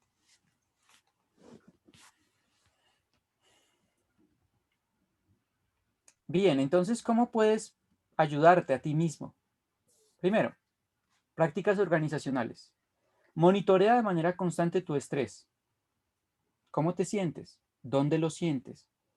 ¿Sientes vacíos constantes en el estómago? ¿Sientes que te cuesta respirar constantemente? Monitorea esas señales. Establece rutinas. ¿A qué horas te levantas? Digamos, por ejemplo, la gente que trabaja en primeros auxilios psicológicos suele trabajar en campo. Entonces, ¿a qué hora te levantas? ¿A qué hora desayunas? ¿A qué hora te acuestas? En la medida en que hagas esto siempre a la misma hora, eso te ayudará a mantener balance. Las rutinas, por más aburridas que suenen, ayudan a mantener el bienestar psicológico. Lo otro, si tienes que trabajar en campo, intenta mantener en la medida de lo posible la comunicación con tu red de apoyo, amigos, familiares, colegas. Tanto como sea posible, mantén la comunicación con ellos. Y luego, aprende tú habilidades o estrategias para regular el estrés. Aprende cómo meditar, cómo realizar un ejercicio de respiración diafragmática. Practícalo tú mismo. Eso ayuda muchísimo a prevenir. A realizar mejor tu trabajo. En la prevención, vigila tus hábitos y ciclos de sueño y alimentación. Un interventor que no come bien, que no duerme bien, es un interventor menos eficaz. Es un interventor que está poniendo en riesgo su vida y la vida de quien atiende. Realizar actividad física frecuentemente. La actividad física es fundamental. No importa si es correr, no importa si es bailar, si es levantar pesas, incluso si es tener sexo. Y ojalá con una persona que te ame. Pues realizar actividad física frecuentemente ayuda mucho. Establece distanciamiento y límites laborales. Después de las 8 de la noche yo no trabajo. No respondo cosas de trabajo, no atiendo nada de trabajo. Y finalmente, socialización y redes de apoyo. Busca gente con la que puedas compartir en el lugar donde te encuentras. Y bueno, de promoción del bienestar. Realiza actividades gratificantes o satisfactorias, tanto como sea posible. Dibujar, tener un hobby como tejer, hacer ejercicio puede ser un hobby para algunas personas, ver alguna serie, película o producción cultural, ese tipo de cosas. Luego tenemos el cuidado espiritual y el cultivar atención plena y compasión. Y ese es el programa. Creo que es todo. Sí. Muchísimas gracias. Bueno, en verdad que es un tema supremamente interesante. Agradecemos por la presentación que has hecho, las explicaciones y bueno, habernos presentado todo lo que has hecho hasta el momento. Y bueno, yo sé que es un tema bastante largo, sé que es un tema bastante extenso, que tal vez el tiempo no nos da para poderlo pues explicar de la manera que quisiéramos. En este momento ya damos paso entonces a las preguntas que tengan nuestros asistentes para solucionarlas. Claro que sí, entonces para esto les pedimos el favor que alcen la mano y vamos a dar paso, vamos a ir hasta las 8, me lo preguntan por el chat, vamos a dar paso a algunas preguntas que podamos hacer. Alicia, tienes la mano Sí, buenas levantada, noches. por favor. Buenas noches. Primero que todo agradecer este excelente encuentro a las facilitadoras que nos indujeron ya por lo que era la crisis y todo, y finalmente a la exposición que hizo el doctor Flores, agradecerle muchísimo esa herramienta, de verdad que fue muy clara y muy específica, realmente casi que las preguntas quedaron resueltas. Yo quisiera ahondar un poquito es cómo desvincularnos, cómo no comprometernos tanto con con esas personas a las que estamos haciendo asistencia, digamos, cuando llaman a la casa, cómo poner esa barrera ahí sin que se afecte esa interacción que se ha logrado y esa confianza. Y nuevamente muy agradecida por esa nueva herramienta y por todos los pasos y todos los logros y la prevención y cuidado del mismo psicólogo. Muchísimas gracias. Bueno, es una pregunta difícil. Bueno, digamos que en las intervenciones basadas en evidencia lo que se recomienda aquí, digamos, para resolver lo que decís, como dónde establecer el límite con el otro, especialmente cuando es un otro sufriente, es un otro que sufre. Bueno, primero, establecer unos pasos básicos antes de que el otro nos contacte. Antes de que me llames, debes hacer tal, tal, tal, tal. Si has hecho esa cadena de pasos y aún así te sientes sobrepasado, puedes comunicarte conmigo. De lo contrario, yo te remitiré a que hagas lo que hemos acordado y lo que yo te he enseñado. De esa manera se entrena a la persona para que no se vuelva dependiente de nosotros, que es lo que no queremos. Queremos que la persona pueda funcionar con independencia y además salvaguardar nuestra propia salud mental, ¿no? Es como, si te llama a las 12 de la noche y tú has tenido un día difícil laboral, pues no puedes darle la atención que se merece. Primero. Lo segundo es que el teléfono, aunque bueno, digamos que la recomendación es diversa, pero gran parte de las intervenciones recomiendan que cosas como el teléfono debe ser un privilegio para situaciones altamente específicas. Entonces, eso debe también quedar muy claro. Si no se cumplen esas condiciones específicas, entonces se le recuerda a la persona de la manera más amable posible que se acordaron unas condiciones para la comunicación y que esas condiciones no se han cumplido. Esto puede sonar frío, esto puede sonar distante, pero es lo mejor para que la persona no se vuelva dependiente de nosotros porque contestamos la primera vez y contestamos siempre. Esto pasa mucho con los profesores, ¿no? Nosotros amablemente intentamos resolver preguntas aunque nos pregunten a las 11 de la noche cuando no es horario laboral y demás. Si establecemos ese tipo de límites, haremos más probable que la persona actúe y aplique lo que le hemos enseñado en su vida, sin necesidad de que nosotros estemos allí toda su vida. Muchísimas gracias, doctor. Vale. Gracias, William. Entonces, Neyais, por favor, sigue con tu pregunta. Hola, ¿cómo estás? Buenas noches. Buenas noches. Buenas noches.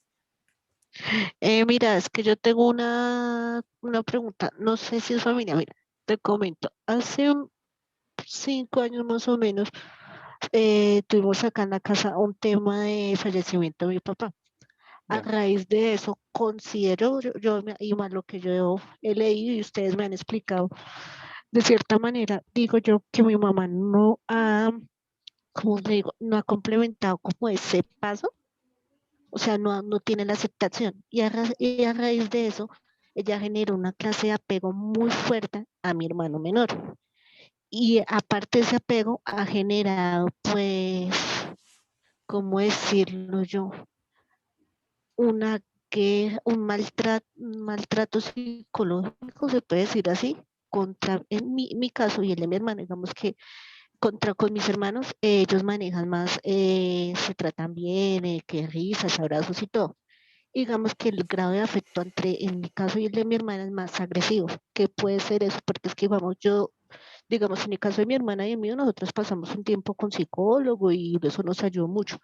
Pero a mí se me hace que mi mamá, de cierta manera, no ha generado un tema como de aceptar eso. No sé en ese caso. No sé en ese caso cómo se puede tratar. Y digamos, estamos hablando que ya lleva así como 5 años. Bueno, a ver, es muy importante, bueno, esto suena como si no quisiera responder la pregunta, pero es muy importante lo siguiente, si una persona no ve consecuencias, consecuencias dañinas de su actuar, por más que le indiques que debe hacer ciertas cosas, no lo hará. Em, y esto, de hecho, de esto tenemos amplia evidencia empírica al respecto. Entonces, tú puedes, lo que pasa es que con la familia es más difícil porque todo se convierte en algo personal. Sí. Entonces, si tú le recomiendas que vaya a un psicólogo, ella puede decir, ah, claro, es que tú piensas que yo estoy loca. Entonces, bien, ¿cómo podemos ayudar a una persona en una circunstancia en la cual nos afecta a todos y es producto de una crisis? Y eso, bueno, una cuestión que podría ayudar sería solicitar la intervención de un agente neutral. Quizás el sacerdote podría ayudar a establecer una cadena de diálogo más eficaz. No podría darte como pasos específicos porque, bueno, trabajar directamente con la familia no es conveniente, pero digamos que eso podría ayudar, como establecer un canal de comunicación neutral que permita a las dos partes hablar y escucharse realmente. Usualmente esto lo hace un psicólogo, pero funciona bien cualquier persona que genere cierta confianza. Sí, Eh, porque a la larga, alargan más. Solo es que preguntar. A mí lo que realmente me preocupa es que ahorita para a mediados de agosto, septiembre, ya no, mi mamá ya no va a tener más. Digamos que mi no, hermano se va con mi cuñada y eso, ya, o sea, no va a estar ya esa persona con ella en la casa. Y vamos a estar obviamente las dos, las tres nomás. No sé si eso afectaría más en algo, no sé. intentar resolverlo por ti misma no va a salir bien. Eso lo digo tajante y radicalmente. No sale bien si tú lo intentas y es tu propia familia. Por más que ya no esté la supuesta persona, y digo supuesta porque no conozco realmente las circunstancias, y por más que no esté la supuesta persona que está relacionada con el problema, si tú intentas resolverlo, saldrá peor. Es mejor acudir a un tercero neutral que permita, usualmente mejor si es un psicólogo, un profesional capacitado. Pero si lo intentas resolver tú, no va a salir bien. Listo, William. Ah, Muchísimas ok, gracias. gracias. Yo agregaría algo a lo que tú dices, que también me parece importante hacer la claridad, y es que luego de una pérdida se genera una crisis y hay que hacer la diferenciación en que acá ya no le sirve unos primeros auxilios psicológicos, ya no es una intervención de primera instancia, sino es una intervención terapéutica de segunda instancia, ¿sí? Entonces, cuando se presentan estos duelos complicados, lo que sí es que debe tener una intervención terapéutica y no unos primeros auxilios psicológicos. ¿Listo? Bueno, Nelis, de Yais. Entonces sigamos con Listo, dale, Claudia. gracias. A ti muchas gracias por preguntar. Claudia, tienes el micrófono. Cuéntanos. Hola, buenas noches. Em, tengo rápidamente, porque es hasta las 8, tres cosas, pero son rápidas. Primero, me gustaría saber acerca de la orientación anticipativa.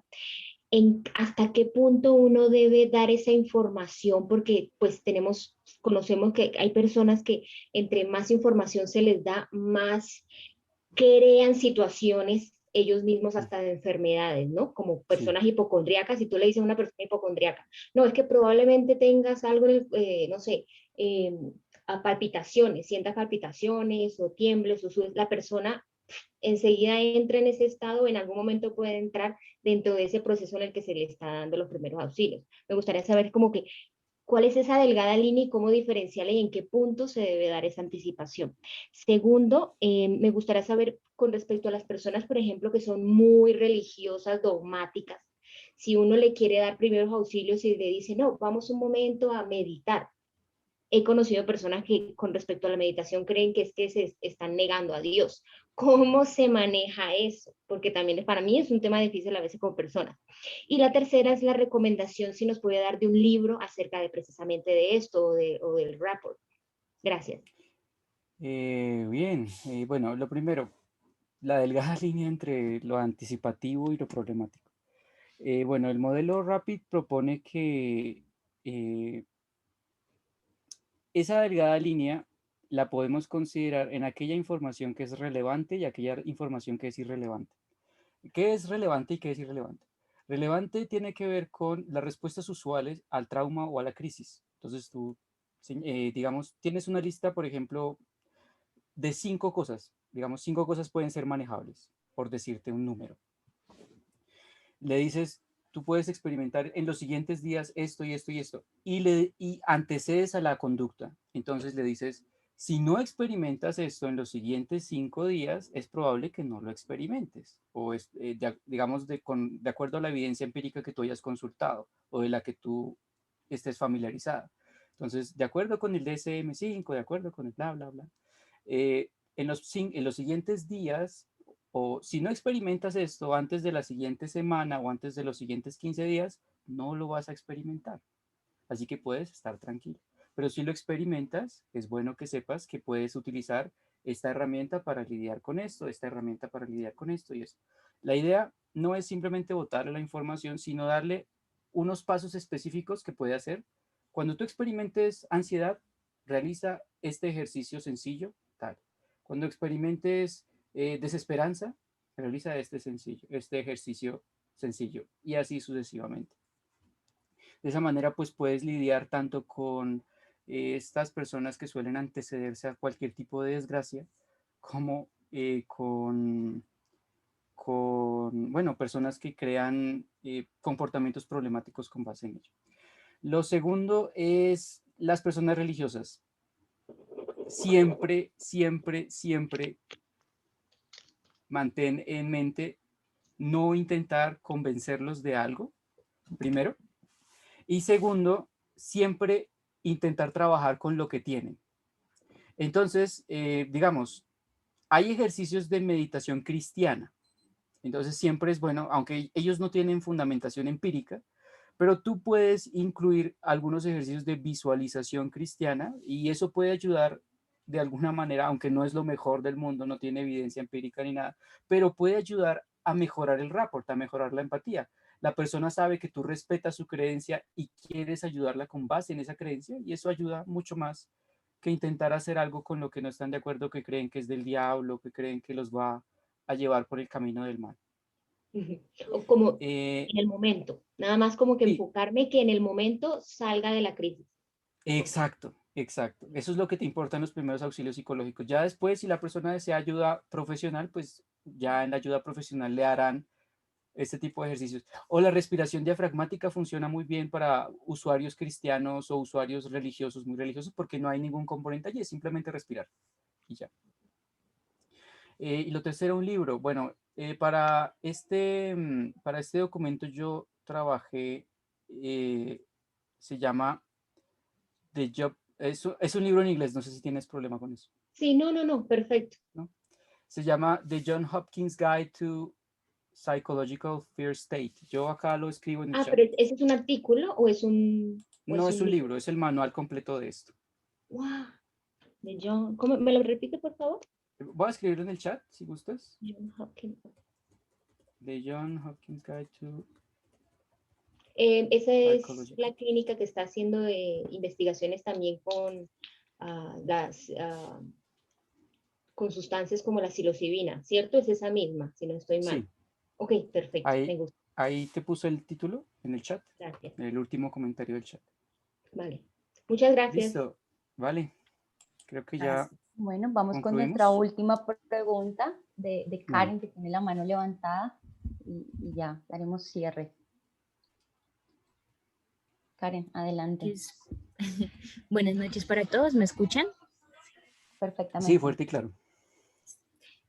Bueno, resulta que yo tuve la oportunidad de presenciar una situación, pues en ese momento yo no tenía conocimiento de nada y estábamos pues como en la oficina y entonces una chica llega llorando y empieza a gritar de la nada así súper horrible y entonces todos quedamos como que ¿qué pasó?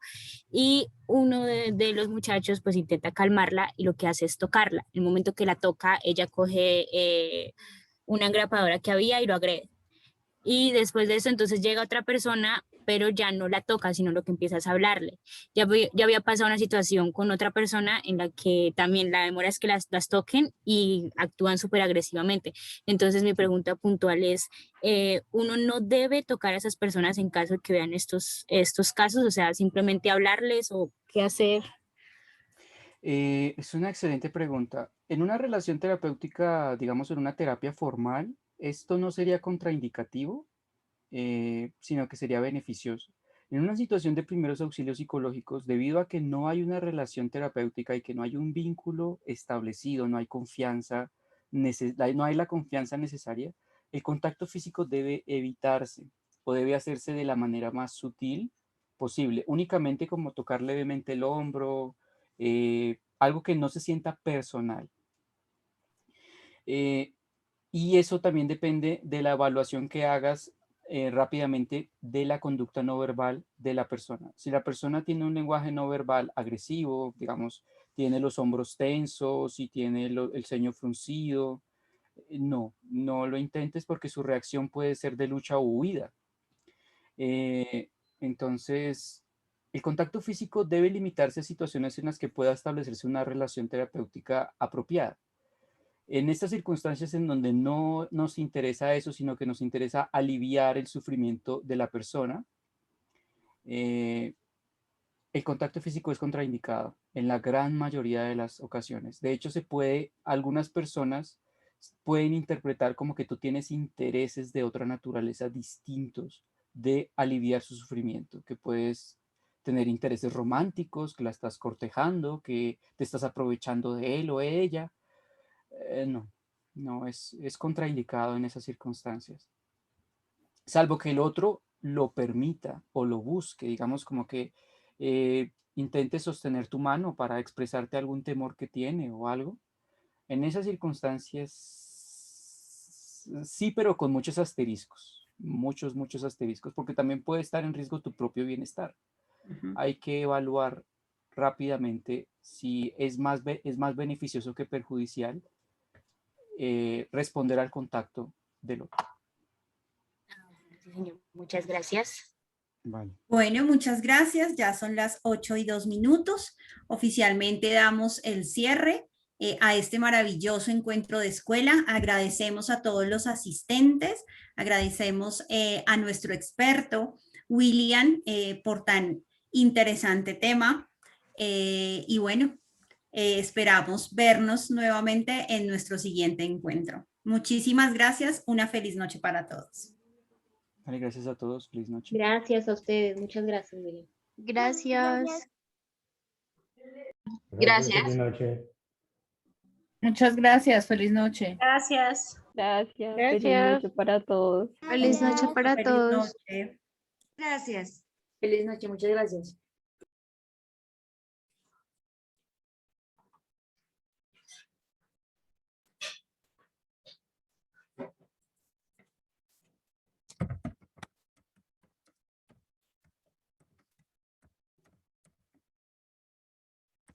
¿Ya acabó la clase? Ya. Ah, bueno.